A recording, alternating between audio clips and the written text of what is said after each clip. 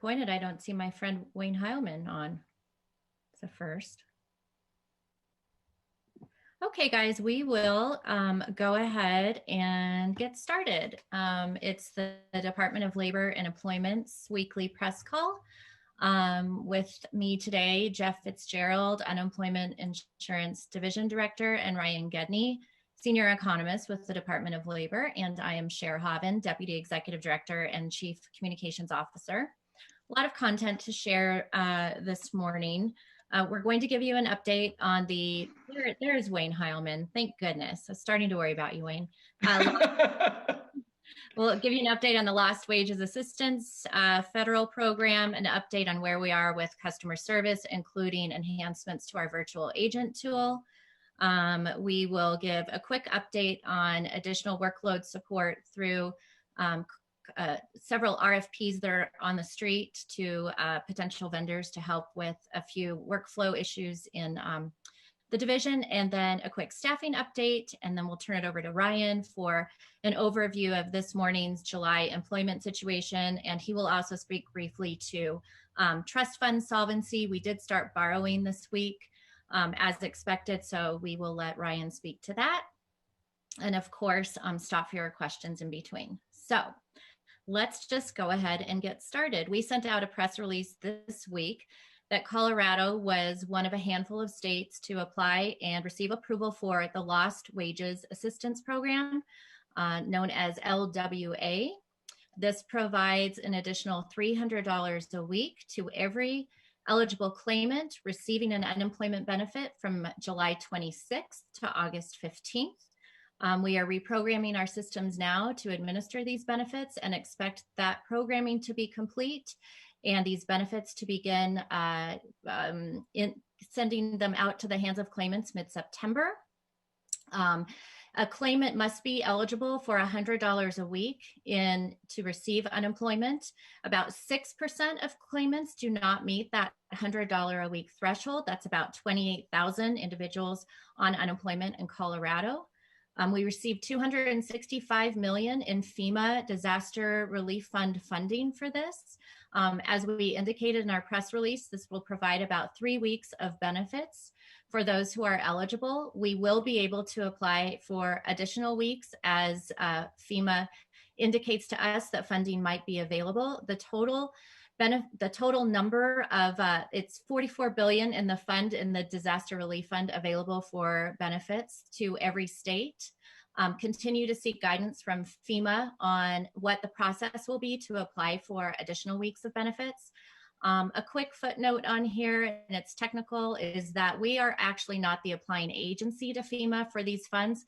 That goes through the department, the Colorado Department of Public Safety. So if you have questions, need detail on funding mechanisms, what that borrowing, what that fund looks like, it might be a delay in getting that to you because we're working with our partners at CDPS to get additional information. And we'll keep you posted as we get more intel on whether FEMA will in fact release additional funds for these benefits. Claimants do not need to take any action to receive these benefits. In fact, we prefer they don't request a callback with questions. We will be posting information on social media, on our website, and contacting all claimants when the funds will be available. I'm going to stop there. Jeff, did I miss anything? No, you did a very comprehensive overview. One small point of clarification, and piggybacking on what Cher just said, claimants do not need to take any action. There are some technicalities with regards to a need to attest that the underlying reason for your separation was related to COVID-19. That is per the FEMA and USDOL guidance. And want to be very, very clear that claimants don't need to take any action as it stands right now. Where that is needed in terms of getting that attestation, we'll be communicating directly to the customer to get that done. Some of the PUA, all of the PUA claimants in their weekly certifications have already met that threshold. For regular UI benefit claimants, we're going to have to look retroactively at those that were eligible for that week and make some communications to them. But that will happen directly, and we'll create a seamless process for them to complete that step.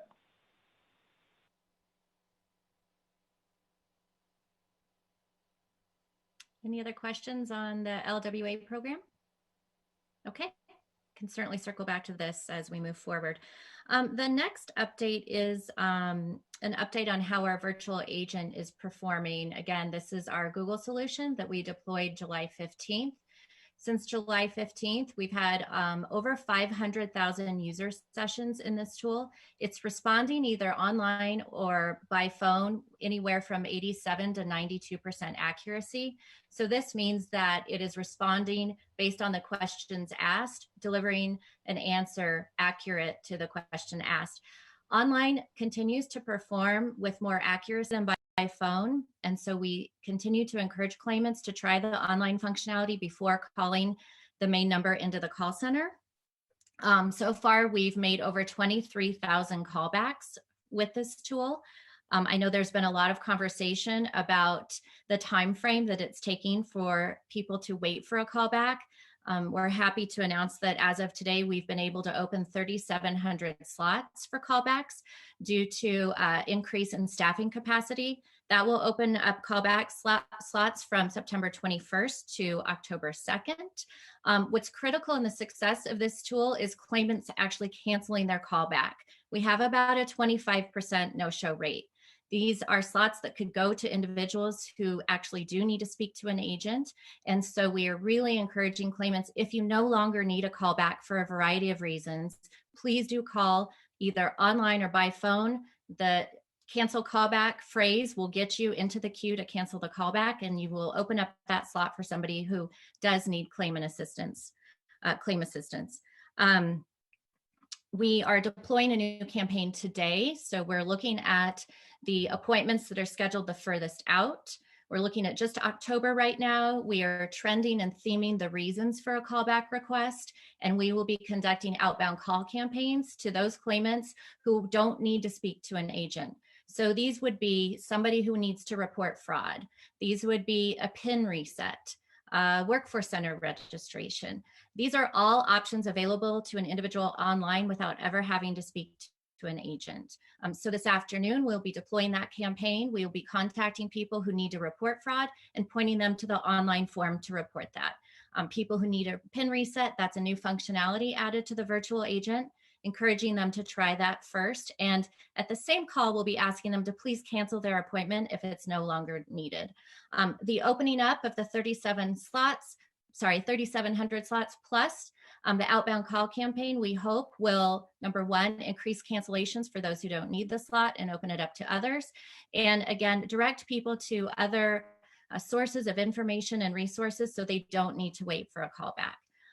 Again, the on-site lobby access is still an option for claimants. So the callback is just one option available. There are a variety of options available for an individual to get help on their claim. Schedule an on-site appointment at 251 12th Avenue. We continue to, again, add functionality to the virtual agent tool, including some new functionality we are deploying tonight, which I am going to let Jeff speak to. Great, thanks, Cher. So yes, as Cher outlined, we continue to enhance the functionality based upon where we might have some level of bottlenecks within internally, as well as based upon claimant feedback for the reasons for their calls. Again, the idea is if we can maneuver as much self-service as possible, it will create more slots for folks that truly need to speak to an agent versus can get their needs met via self-service. So some of the things that we're deploying tonight is the capacity to further enhance, once you verify your identity, of course, further enhance your capacity to track your claim where it is in the process. It'll also help to give you some key information with regards to if you have an overpayment or if you have an offset on your claim, and therefore you may look at your banking information and say, why is my payment different from what it typically might be? And it'll help you to analyze that and give you feedback on those overpayments or offsets. And then finally, it'll help to deal with some lower level fact-finding information. So for example, if there's some questions on your claim with regards to were you able and available for work, which is a fundamental element of receiving UI benefits, Did you receive some level of other pay that could impact your benefit determination? Or if you had a job refusal, things along those lines. What it'll do is allow you to go into your claim. It'll present the questions necessary to clear those issues. You can respond to those virtually, and that will be automatically routed to an adjudicator behind the scenes to work that issue and seamlessly clear that. So that's some of the functionality that we're happy we're deploying this evening. And again, fully believe that will help to get claimants through in a process where they're not getting their benefits on some lower level issues to help clear those issues.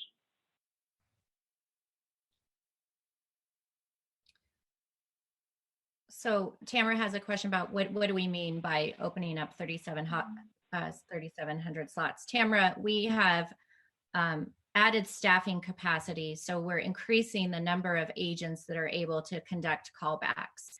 And by increasing that capacity, now we can move through 3,700 callbacks thanks to the shifting of staffing within the division. Jeff, anything to add there? No, that's accurate. 3,700 more people will get service faster because we were able to shift resources to callbacks.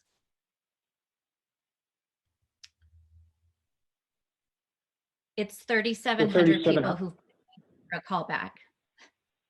Go ahead, Jeff.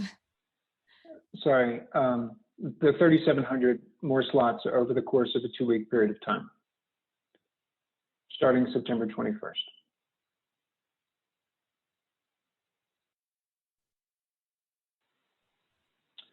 Question about how many staff do you have addressing these service issues? That continues to expand. I was going to get to that a little bit in our in some further updates. Yeah. Jeff, so can again, we wait on? Can we do that at absolutely. the end? Okay, thank you. Yes. I just want to get through these other remarks first, and then we'll circle back. We had that slotted for the end. Thanks, Jackie. So next, and we can obviously take questions when we move forward. I just wanted to give a quick update on what we're doing in terms of fraud detection and prevention. This month, we've stopped $17 million in fraudulent payments from going out the door. To date, we've prevented over 52 million in fraudulent payments going into the hands of fraudsters. This is due to a number of things we've implemented, which we've addressed before. When we see suspicious, that looks like suspicious claimant activity with regard to fraud indicators, we stop those. We also are able now, as you all know, when somebody receives a debit card in the mail and they haven't applied for unemployment, we're able to terminate that card with the bank to prevent any benefits, and we close the claim to prevent any benefits from going out the door. We use a suspicious actors repository, a national network where we can share when a state sees suspicious claim activity with fraud indicators, we're able to flag that in our system. We're working with state, local, and federal law enforcement agencies, including the Secret Service and the FBI. Once we do detect fraud, to move it forward to prosecution. And one thing I just wanted to clarify, receiving a debit card in the mail, again, this is a type of, it's an outcome of fraud. It's a symptom of fraud. It is not a type of fraud, in other words. So a debit card is sent to every claim that's filed, whether you prefer direct deposit or not. That is the default method of payment.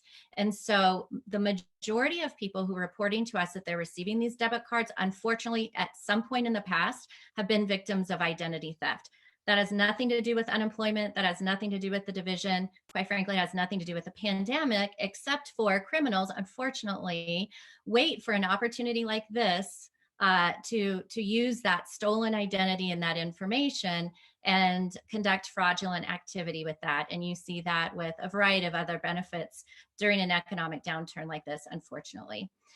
So we think that our fraud detection and prevention measures are performing quite well, especially when you look at the instance of fraud nationally, and we'll continue to update you on what we're doing, implementing new detection and prevention measures. We just doubled the size of our fraud team recently, and hope that will help us move through both the tips and leads we're getting through the debit cards being received, and then also work through the thousands of fraud cases that we're seeing right now. And I will stop and go back. That's a private question from Wayne. I'll go ahead and mention it again. This month, we've stopped $17 million in fraud, and a total over $52 million in fraud from going out the door since the pandemic hit. Any questions on fraud? Okay, I will now turn it over to my colleague Jeff on other workload enhancements and customer service enhancements we're making. Yeah, sure. So I'll start by talking about staffing and customer service, and then I'll move into some requests for proposals that the division is implementing that's going to help augment customer service and expedite timelines on a few areas. So to start with the question that was posed in the chat, as a reminder, Cher alluded to it, we've got many different service avenues that are in place right now. We've got our lobby service, we've got our BUA call center, we've got our virtual agents callback call center, and we've also got a number of online forms presented for the ease of customer benefit that they can fill out, and we have to have staff dedicated to triaging those and working through those issues. As well as our adjudication processes on issues that's set during in the course of a claim. So across many different service platforms and service areas, we've got more than 200 and it ranges from about 200 to 250 people that are working across all of those different areas. The other thing I would mention is we continue to look at ways in which we can augment our services via temporary staff. Temporary staff are able to come in and we're analyzing processes, and where possible, we are maneuvering things that are more administrative in nature, and taking that off the hands of seasoned staff, and allowing administrative staff and temp staff to work those process flows to expedite claims and expedite getting customers the services that they need. And then I'll also add that, as we talked about last week, we just hired 60 new call center staff. So in addition to temporary staff, we continue to augment our staffing through permanent staff as well as we can do so. The training is rather intense for those individuals. So it's got to be a process, as we talked about, marrying technology, enhancing virtual services, leveraging temporary staff, and then also leveraging permanent staff onto the organization. And then lastly, what I would talk about is some requests for proposals that we've got that are in flight. One is one of the larger challenges in terms of service is the number of manual forms that we have to go through in certain instances, inclusive of specifically in pandemic unemployment assistance. They've got to submit certain tax forms, and it can be lengthy and cumbersome to review those, or where we have issues where they didn't pass perhaps the identity issue. We've got to maneuver through uploaded forms to look at their identities and verify their identities. So we are seeking some assistance with regards to some enhancements from a technical perspective around optical analysis, and that'll help to essentially via technology do an optical analysis of the forms that are being presented, help to capture the relevant data that we are needing on certain claims issues, and present that in a more seamless fashion to our staff to clear those issues. So essentially maneuvering from what would typically be manual work into leveraging technology to get that work done. That is called an intent to negotiate. It's a variation of an RFP, and that closes on Monday. So we are well into that process. The second one is more straightforward with regards to simply augmenting our capacity to adjudicate claims on some of the more straightforward, like able and available, which I talked about, or job refusals. But we have the capacity. This isn't, in normal times, this is not the case, but the feds have allowed us, USDL has allowed us to expand the number of functions that we can outsource to third parties in certain areas. So we're going to be posting an RFP for those types of services, and that should be released soon. Thanks, Jeff. And then before I turn it over to Ryan, just a couple of quick data points, which I included in the press release this week on the LWA program. We are among the top 5 states in terms of timely payment of benefits, according to USDOL data. And we continue to trend at paying over 80% of claims filed. That's higher than the national average, and we still trend to be one of the top states performing in terms of percent of claims we're actually making payment on. And then just one kind of last comment on the virtual agent. Certainly understand that these long wait times to receive a callback, that's frustrating. And we are working daily to determine how we can get to those individuals without having them wait for a callback. Now expanding staff capacity, adding functionality tonight. Google will continue to expand functionality on these tools and look for areas for improvement. We expected to see this backlog of callback requests just by nature of the data that was presented to us with our traditional call center. We knew that there would be a surge of incredible demand at the front end and would take us some time to get through calling these individuals back. And so as we're able to find new solutions like adjusting staff capacity, this callback campaign to point them to online options so they don't have to wait for a callback, we continue to explore all of the options available so that somebody doesn't have to wait 8 weeks for a callback. And we'll continue to report that to you as we are implementing new and expanded functionality. And so with that, I am turning it over to Ryan. Thanks, Cher. Before I get into the employment situation numbers, just real quick, kind of touching base on the UI Trust Fund. As Cher mentioned, we did start borrowing earlier this week.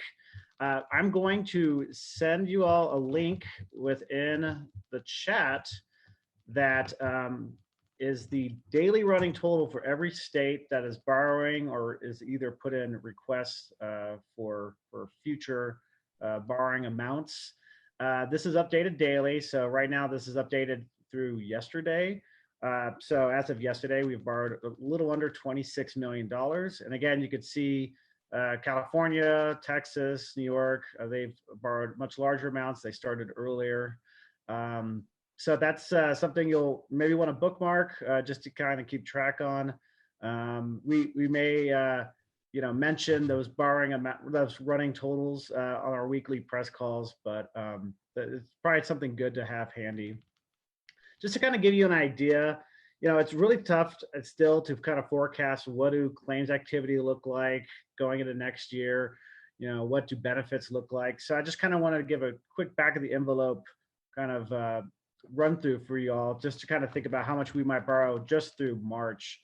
So I estimate that we might bring in around 150 million in third quarter and fourth quarter contributions. And again, that will be through March that we will receive those contributions from employers.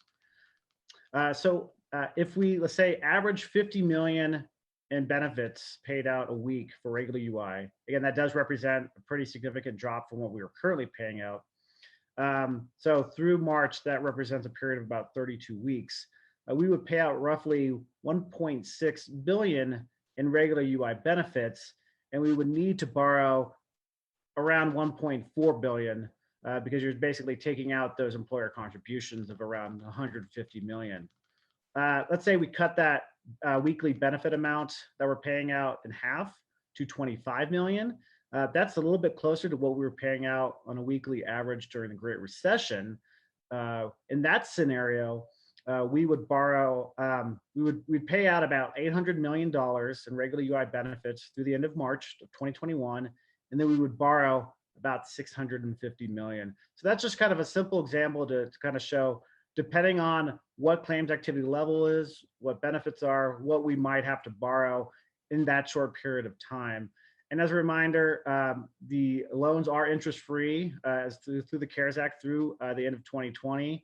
And we'll just have to wait for further information if that will be extended into next year.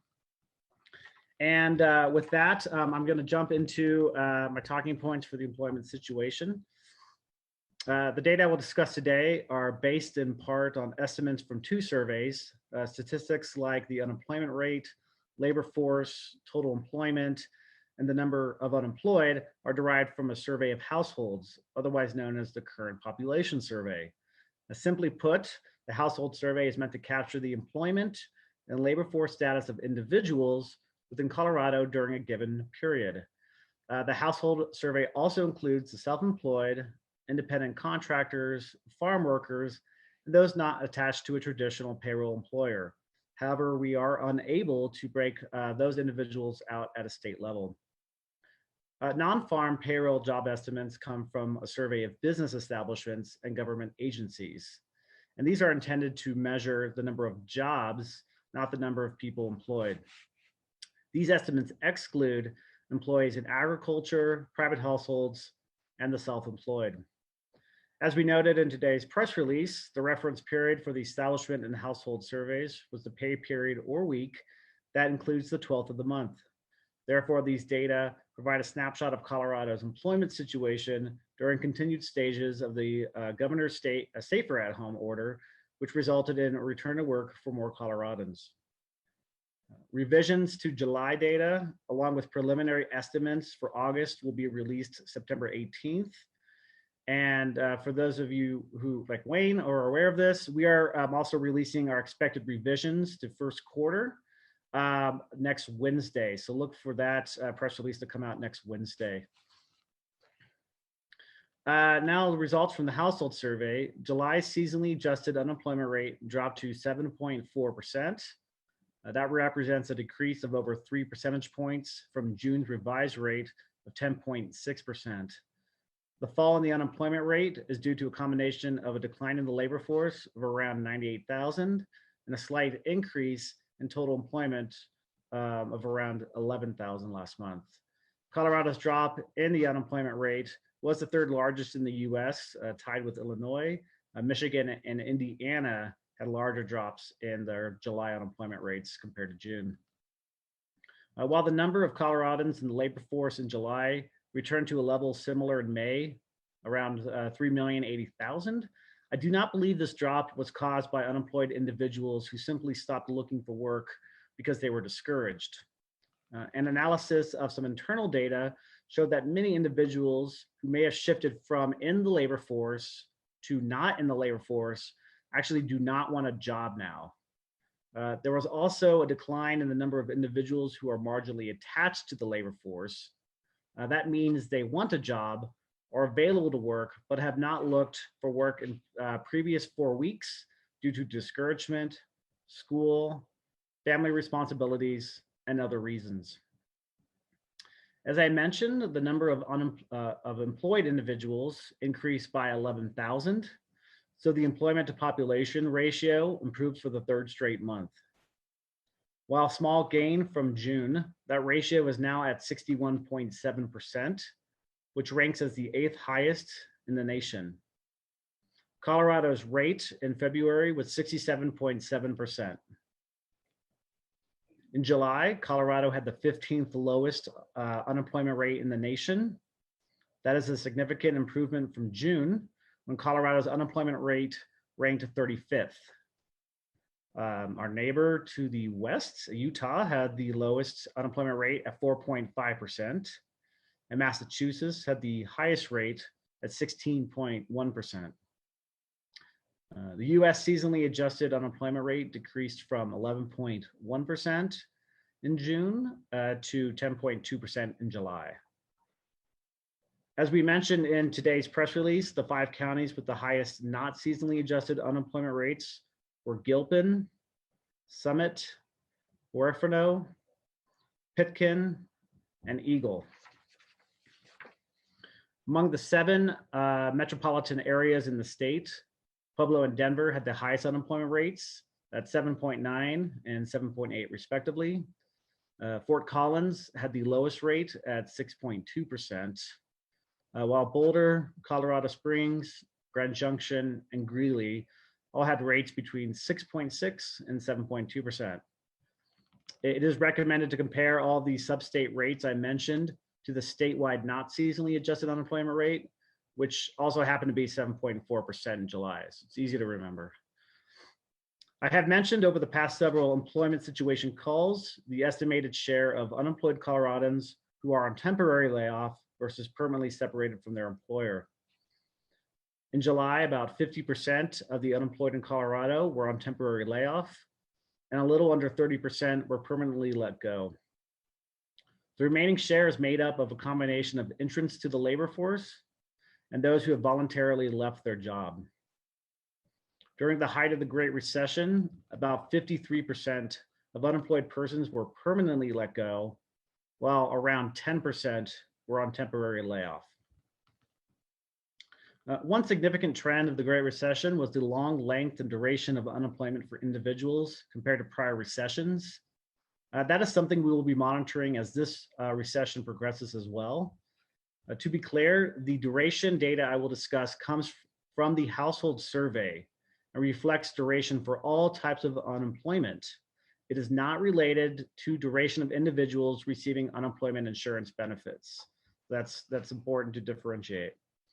In 2010, at the peak of the Great Recession, the median length of unemployment duration for individuals in Colorado was about 20 weeks. In July, the median length of unemployment duration was a little over 15 weeks, and that's nearly double the median duration of 8 weeks in May. Additionally, about 2 out of every 5 unemployed persons were jobless for more than 26 weeks during the height of the Great Recession. While the long-term unemployed share is currently very low, it's around 5%, due to the massive influx of newly unemployed, that is expected to rise over time. From 2015 to 2019, the long-term unemployed share ranged between 20 and 25%. Finally, the share of individuals in Colorado's labor force who are working part-time but would prefer full-time hours fell a little below 6% in July. That is down from 9% in April. These types of individuals are categorized as involuntary part-time or underemployed workers. Additionally, in this definition, part-time is determined as anything less than 35 hours. The involuntary part-time ratio was around 5 to 6% during the Great Recession. Now shifting to the establishment survey, and I'll address all these questions that are coming in once I'm finished here. The preliminary estimates show that on a seasonally adjusted basis, Colorado added 6,200 non-farm payroll jobs from June to July.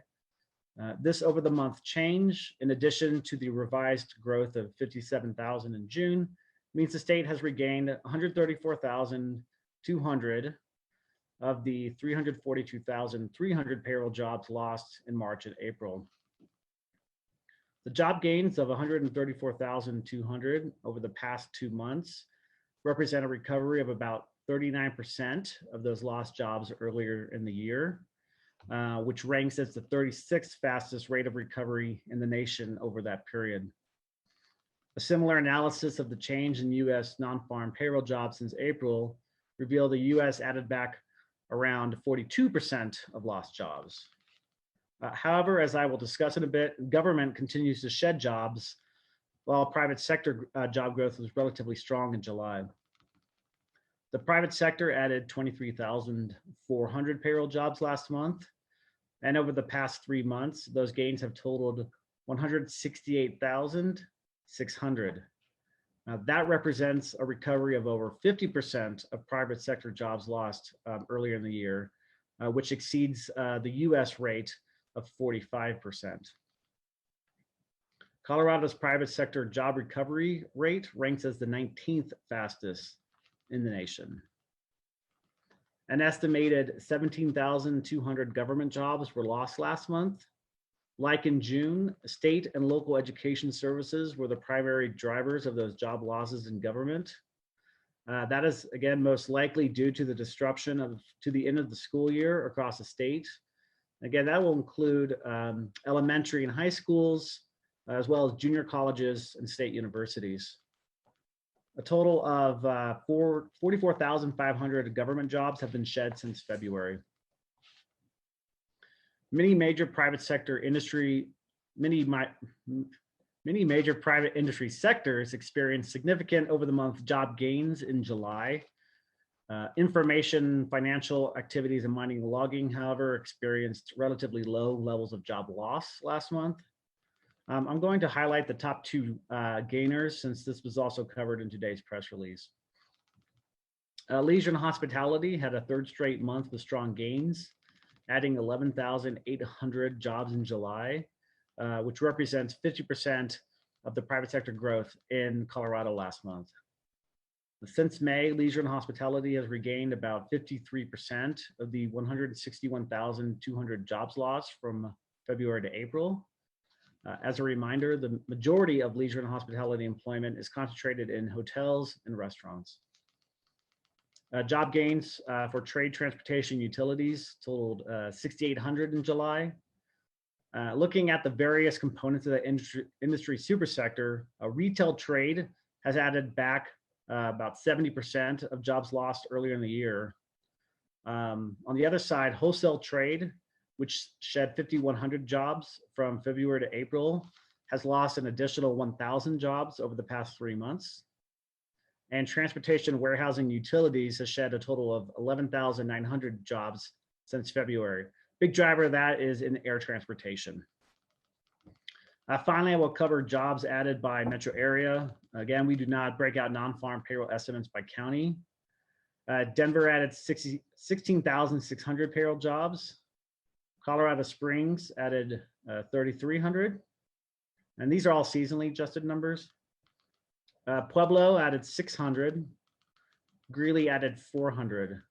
There were 3 metro areas that lost jobs in July. That's Grand Junction, which lost 400, and Fort Collins, which lost 2,100, and Boulder, which lost 4,800. The job losses in Fort Collins and Boulder are most likely tied to the state university losses that I explained earlier. So with that, I'm going to take a look at these questions. Maybe kick it over to Cher if she has anything to say. But let me look at these questions here. I have nothing to say. Okay, great.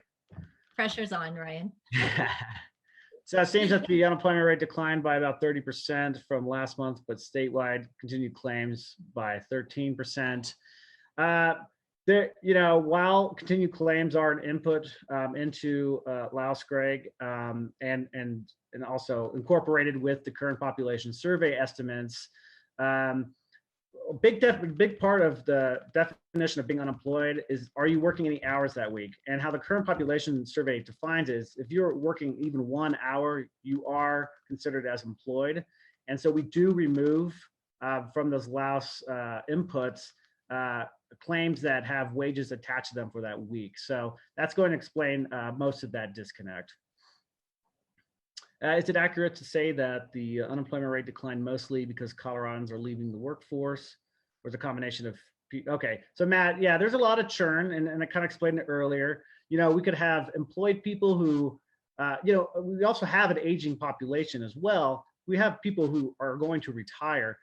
So you could have people who were employed and then decide to retire and shift into non-labor force as well. So again, month to month, we're going to see a lot of churn.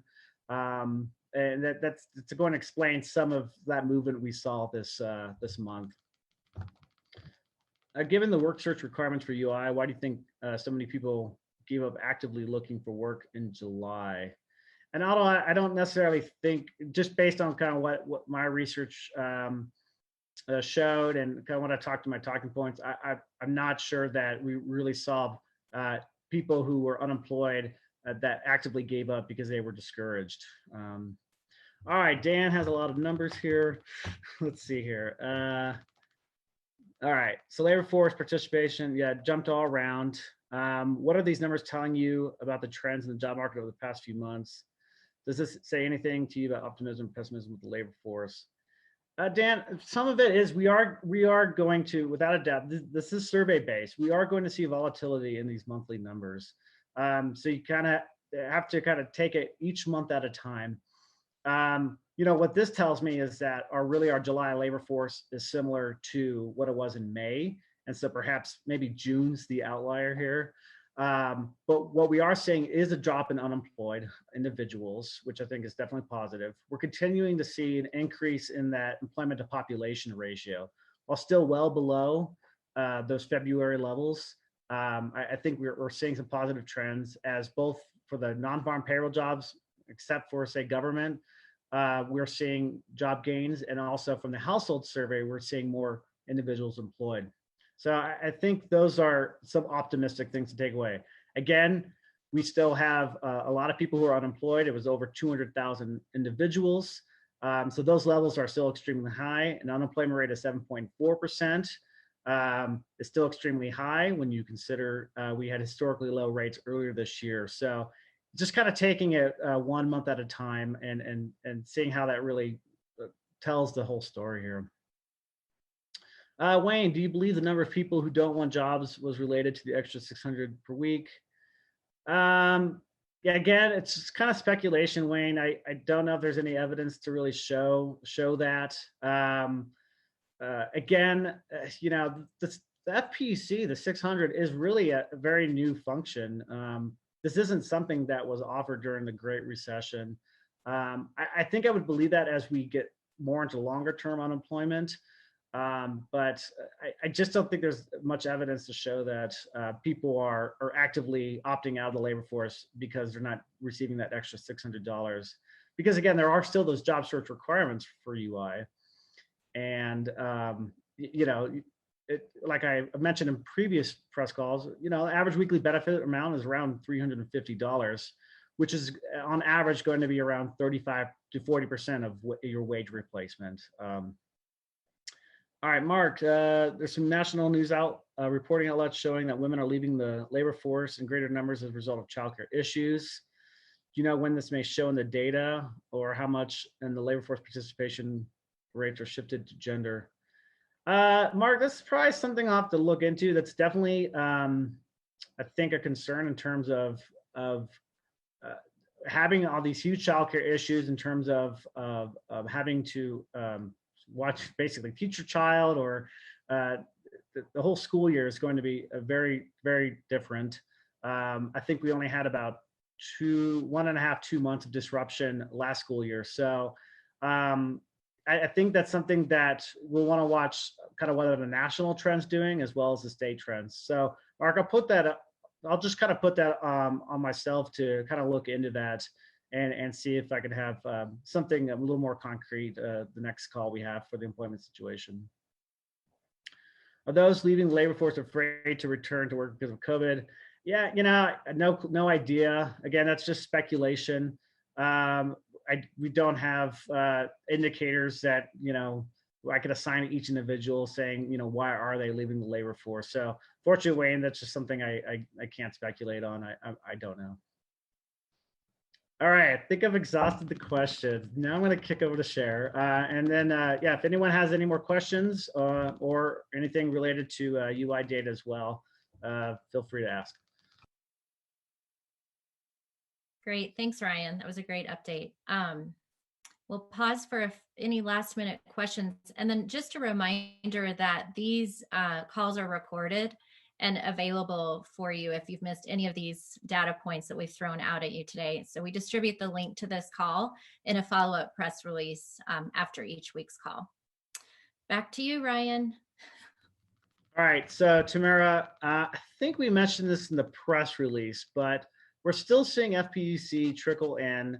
I think it was 13 million last week. We might see a little under 10 million this week. And it's really just depending on the claimant's schedule. Jeff might be able to explain that better than I can, but we are still seeing some of those payouts happen. It's just dependent on what that claimant's schedule was. But again, the amounts are compared to, you know, when it was 150 million a week, extremely minimal. On Treasury Direct, the top line says 2.4% interest rate. Yeah, I think that's just if we weren't interest free, that's what the interest would be, I believe. And let's see, you want a quick run through advance authorization. So the advance authorization, it's essentially we are required to get through the governor's office to well, not required, but it's encouraged that it's basically we're requesting a line of credit available to us if we were to borrow. So I believe we've requested around, is that a half? Yes, that's a $500 million for basically a line of credit available. So essentially, we will do that on a kind of a 3-month cycle. So you'll see that number change every now and then, depending on what our needs are, what our forecasts are in terms of, okay, this is what we need to borrow, let's say going out to December. So that's real basic kind of what that column represents. And Dan, you might have figured it out, but that second column, the outstanding advance balance, that's going to reflect kind of what that running borrowing total is for each state that is borrowing. You can see that there are some states where it's zero, like Connecticut, but they've requested that credit line of like $220 million. And then once Connecticut's trust fund draws down to zero, then you'll start seeing that second column populate with whatever they have to borrow in order to pay out benefits on a daily basis.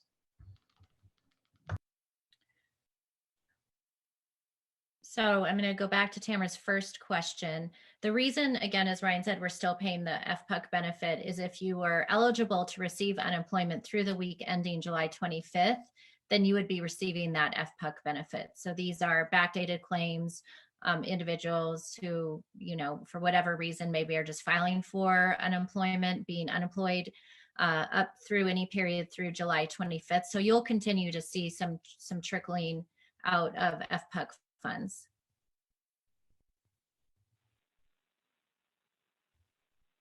Do you mean to address the second question, Chair? Yeah. Okay. So the question is, if someone's scheduled for an October slot and a slot opens up earlier, how can the claimant move up in their callback to an earlier point? That's a fair question, and I am still working with my team. I'm not sure I've got an elegant solution on that, to be completely fair. So there is some randomness with regards to when you access the system in terms of when slots will be available. I recognize that. Trying to create a system that's equitable for all parties. Just because someone's necessarily in mid-October or something doesn't mean they've been necessarily waiting the longest, quote unquote. But we are looking at trying to do that. We don't have an automated system right now. You could go into the system and go in and see if a slot is open earlier and cancel your October slot and then take a September slot. Looking at ways that we could look at advancing the furthest out. That's not in place right now, but it is on our radar and something that we're thinking about how to maneuver.